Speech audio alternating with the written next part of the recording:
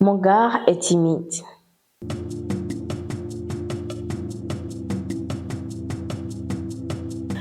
Salut à tous, bienvenue sur votre émission Micro sans frontières, rubrique Histoire et conseils. Aujourd'hui, je vous cite l'histoire d'une dame. Écoutez avec moi.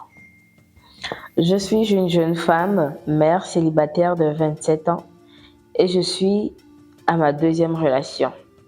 Ça fait 10 mois que j'ai rencontré un homme célibataire de 35 ans. Je lui plais et lui aussi. On s'échangeait de temps en temps et il ne disait rien de concret jusqu'à un moment où il a commencé à m'envoyer des messages romantiques mignons. On se voit de temps à autre, des fois des soirs quand il rentre du boulot. C'est à partir du 8e mois que j'ai commencé à aller chez lui. C'est un homme qui a tout pour plaire à une femme et très attentionné. Le peu de temps que j'ai passé avec lui, j'ai remarqué que c'est quelqu'un de très timide et pas ouvert. Pas avec moi seul, il est avec tout le monde. Même le jour où on s'est rencontrés, c'est sa sœur qui s'est approchée de moi et a pris mon numéro pour lui remettre cela. Difficilement, il me regarde droit dans les yeux.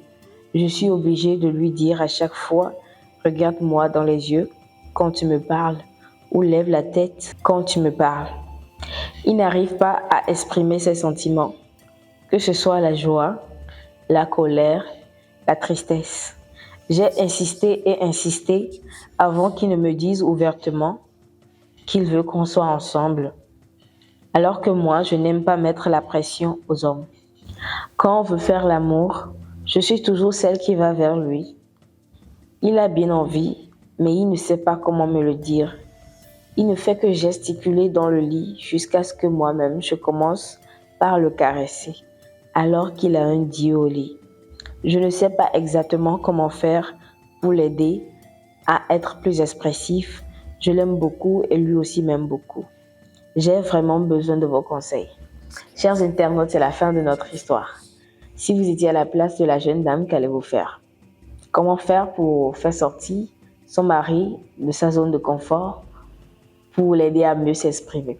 Merci de partager, de liker, de commenter, c'est-à-dire donner des conseils, de vous abonner surtout. Merci beaucoup et à plus.